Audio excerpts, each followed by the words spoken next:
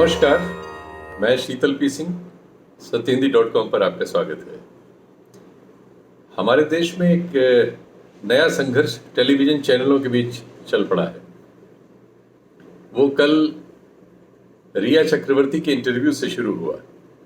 उसके पहले टेलीविज़न चैनलों में इसी मामले को लेकर एक बड़ी तेज प्रतिस्पर्धा थी कि कौन इस मामले में कितनी नई कहानियां झूठी सच्ची पेश कर सकता है, कौन इस मामले में स्कॉटलैंड यार्ड में बदल सकता है, कौन इस मामले में देश की संस्थाओं को निर्देशित कर सकता है, कौन इस मामले में किसी को गुनहगार घोषित कर सकता है या किसी को बरी कर सकता है। Supreme court, high court, local court सब उन्होंने अपने आप में संभाल लिया था और इन्वेस्टिगेटिव एजेंसी भी वही थे, सजा देने वाले भी वही थे। वो रोज सजाएं सुना रहे थे और रोज गुनहगार तय कर रहे थे। लेकिन इस बीच कल जो इंटरव्यू रिया चक्रवर्ती का आया, उसके बाद से सारा माहौल अब बदल गया है। दो खेमे आमने सामने हैं। सोशल मीडिया पे बाकायदा बंटवारा हो गया है। ट्विटर पे तमाम ट्रेंड्स चल रहे हैं।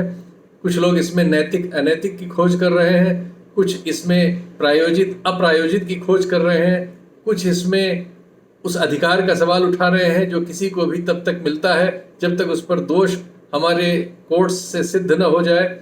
ये सारी बहस आजकल हमारे आपके बीच में है। कोरोना में हम दुनिया में सबसे आगे हो चुके हैं, सबसे ज़्यादा मरीज हमारे यहाँ आ रहे हैं, सबसे ज़्यादा मृत्यु हमारे यहाँ हो रही है, कोई चर्चा नहीं है।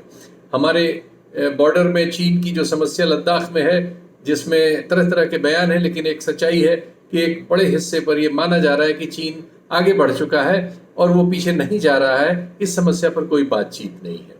हमारे यहाँ बेरोजगारी ऐतिहासिक विकास क्रम पर है, जैसा आज़ादी के बाद कभी इस लायक नहीं थी, कोई बातचीत नहीं है।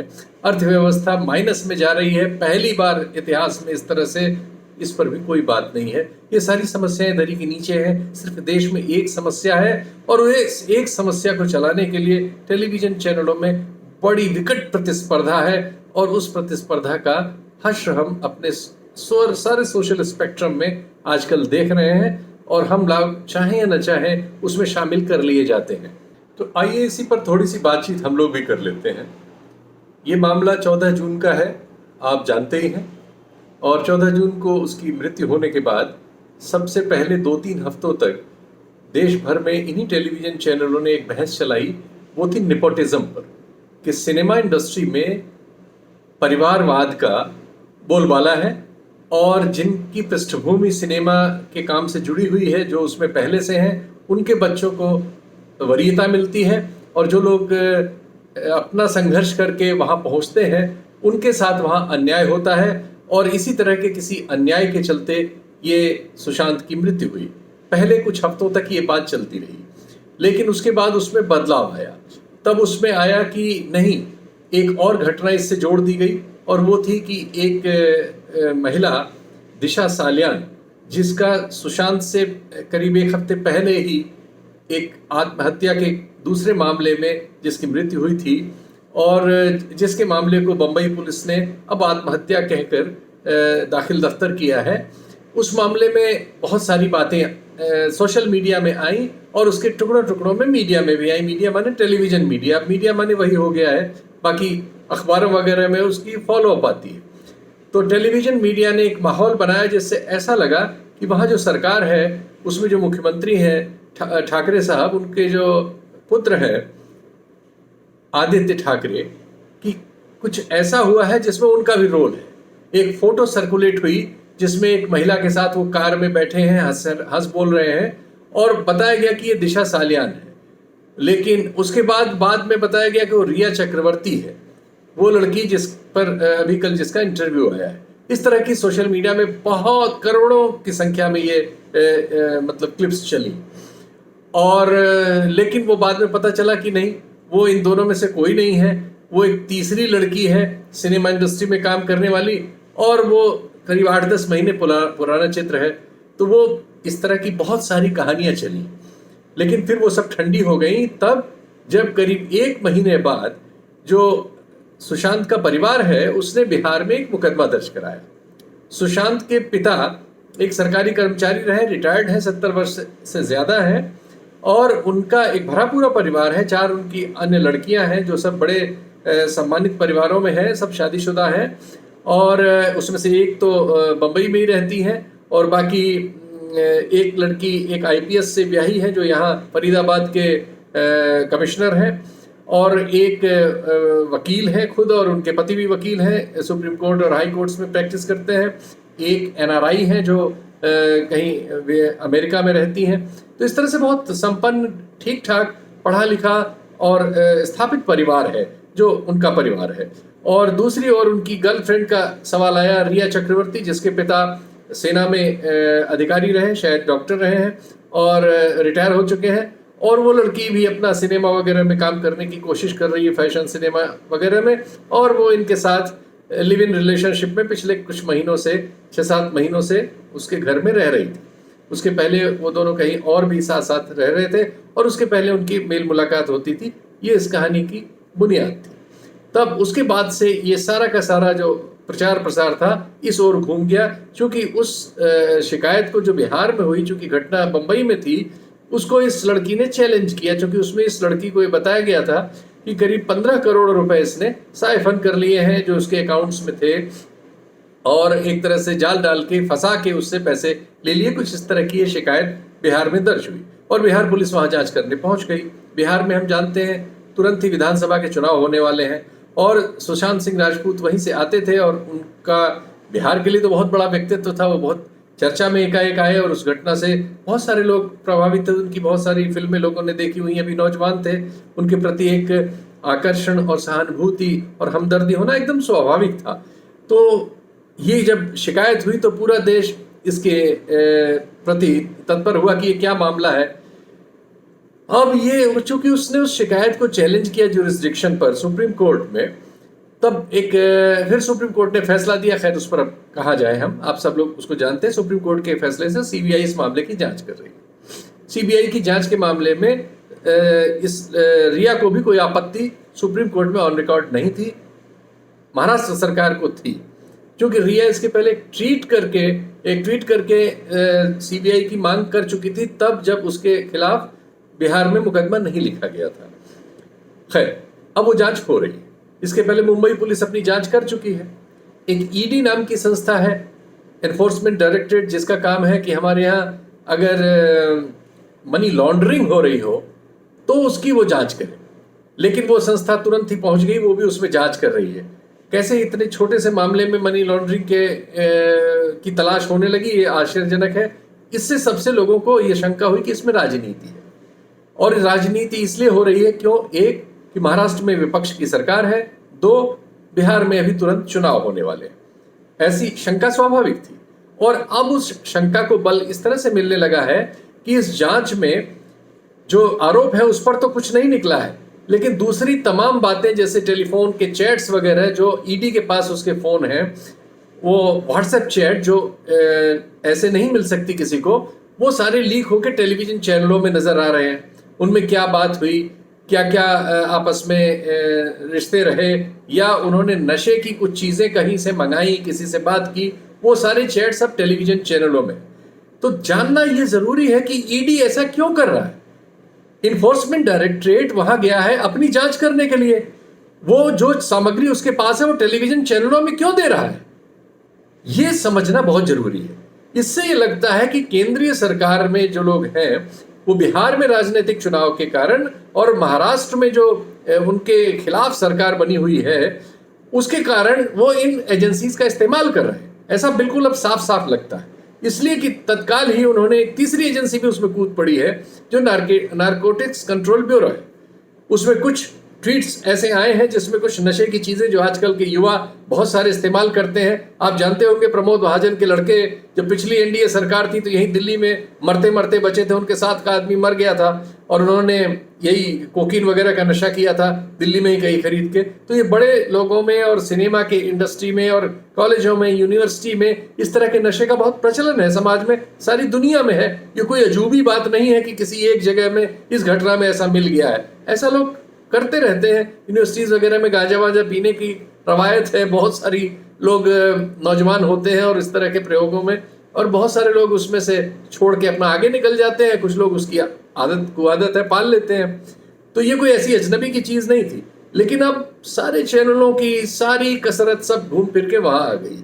ये क्यों हो रहा है? जैसे मैंने शुरू में कहा कि हमारे देश में इसमें बहुत सारे चैलेंजेस हैं। एक तो शंका यह है कि उन चैलेंजेस से लोगों का ध्यान हटाए रखना है और ऐसी नॉन सीरियस चीजों में डुबोए रखना है। अब उसके तथ्य क्या है? ऐसा लगता है कि पूरा देश उस रिया नाम की उसकी जो गर्लफ्रेंड थी सुशांत की, उसकी ससुराल में बदल गया है। आप जानते हैं हमारे देश में किस तरह का समाज है। बहू और सास के आपसी झगड़े और रिश्तों पे हमारे यहाँ टेलीविजन सीरियल वर्षों चलते रहते हैं। ये एक पहले सामूहिक परिवार होता था, फिर अब व्यक्तिगत परिवार होने लगे। लड़का लड़की या जो भी है वो अपने साथ अकेले रहने लगते हैं, अलग हो जाते हैं। तो ये एक आर्थिक प्रक्रिया है जिसके तहत ऐसा समाज में विघटन हो रहा है। नई दुनिया में बाहर लोग ऐसे ही हैं, बच्चे बड़े हो जाते हैं, अपना अलग रहते हैं। वो हमारे यहाँ भी एक प्रोसेस हो रहा है, लेकिन उस प्रोसेस में हमारी जो सामाजिक ताना बाना है उसमें बहुत परेशानियां पैदा हो रही, क्योंकि पहले सब संयुक्त परिवार होते थे और उसमें सास बहू का रिश्ता, ननद बहू का रिश्ता, ससुर बहू का रिश्ता, इन सब रिश्तों में बहुत सारे कॉम्प्लेक्सिटीज है। ऐसा लग रहा है इस मामले में वो सारी कॉम्प्लेक्सिटीज जो है वो टेलीविजन चैनलों और इनके द्वारा इनकैश की जा रही हैं और उन्होंने पूरे देश को रिया की ससुराल में बदल दिया। पूरा देश रिया की ससुराल का पक्ष हो गया है और उस बहू में दोष ढूंढ रहा है या गर्लफ्रेंड में दोष ढूंढ रहा है या उसी में दोष ढूंढ रहा है। उसको ये सामान्य समझ नहीं आती कि 34 साल का वो लड़का था, 10 फिल्में कर चुका था, बड़ी बड़ी फिल्में उसने की थी, खूब पढ़ा लिखा था। उसे एक लड़की जो मन में ऐसा कर सकती है, और उसका ये पूरा पढ़ा लिखा परिवार जिसमें एक आईपीएस ऑफिसर उनका दामाद है, और ये लोग कुछ नहीं कर सकते थे। मतलब लोगों ने एकदम सवाल करना ही छोड़ दिया है। लोग कॉमन सेंस का इस्तेमाल नहीं करते और बहते चले जाते हैं टेलीविजन चैनल शाम को झगड़ा कराने के लिए और किसी को दोषी ठहराने के लिए क्या क्या कर रहे हैं। अब जरा कुछ वीडियोस देखिए उसके घर पे क्या हो रहा है। उसके घर पे उसके सिक्योरिटी गार्ड से टेलीविजन चैनल वाले, उसके पिता से टेलीविजन चैनल वाले किस तरह से झगड़ रहे हैं। जरा देखिए, ये कोई पत्रकारिता है?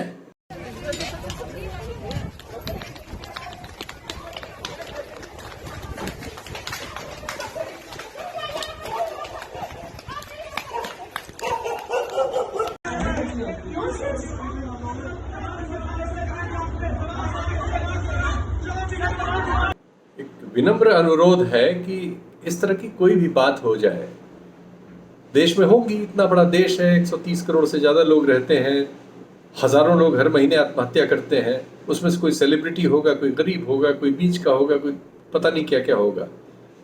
और भी दुर्घटनाएं होंगी। 1,500 सवा हज़ार लोग रोजाना इससे कोरोना से उनकी मृत्यु हो रही है। जो आर्थिक संकट आया है उससे हजारों उद्योग बंद हो गए हैं। 2 करोड़ के आसपास लोग बेरोजगार हो गए हैं। खेती किसानी में उपज के जो दाम मिलने चाहिए वो नहीं मिल रहे हैं। उनकी अर्थव्यवस्था अलग चौपट है। एक्सपोर्ट ऐतिहासिक रूप से पिछड़ गया है, इतना पीछे कभी नहीं था, लेकिन ये सारी दुनिया में है और उसका सबसे ज्यादा असर हमें हो रहा है। ये हमारे सामने सवाल है। देश की अर्थव्यवस्था समझ में नहीं आ रहा है कि क्या होगा आने वाले कुछ वर्षों में। दूसरी ओर सीमा पर एक अलग तनाव है। हम इसलिए जरूरी है कि इन सब चीजों के संवेद असर को अपने जीवन में, अपनी तार्किकता में, अपनी बहसों में जीवित रखें।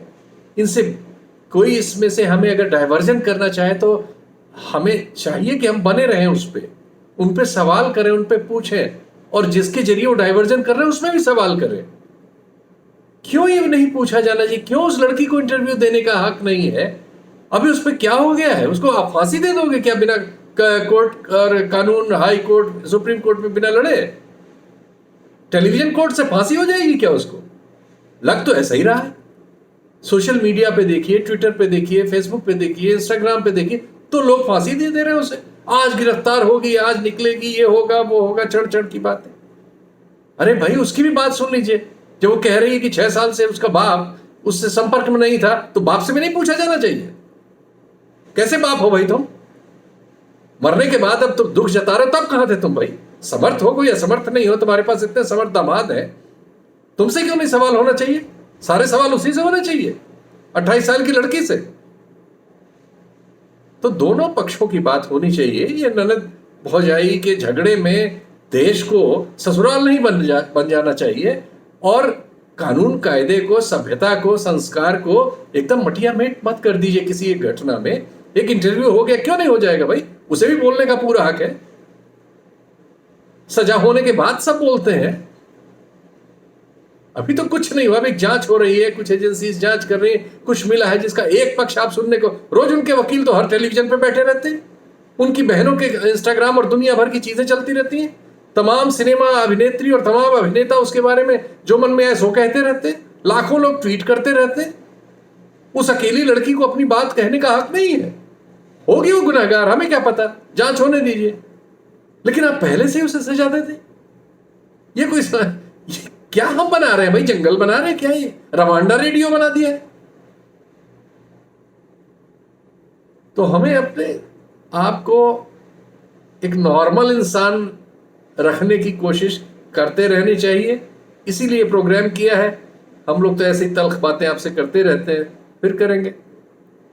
नमस्कार। सत्य हिंदी के और वीडियोस को देखने के लिए हमारे YouTube चैनल को सब्सक्राइब करें और सीधे नोटिफिकेशन पाने के लिए बेल आइकन दबाएं।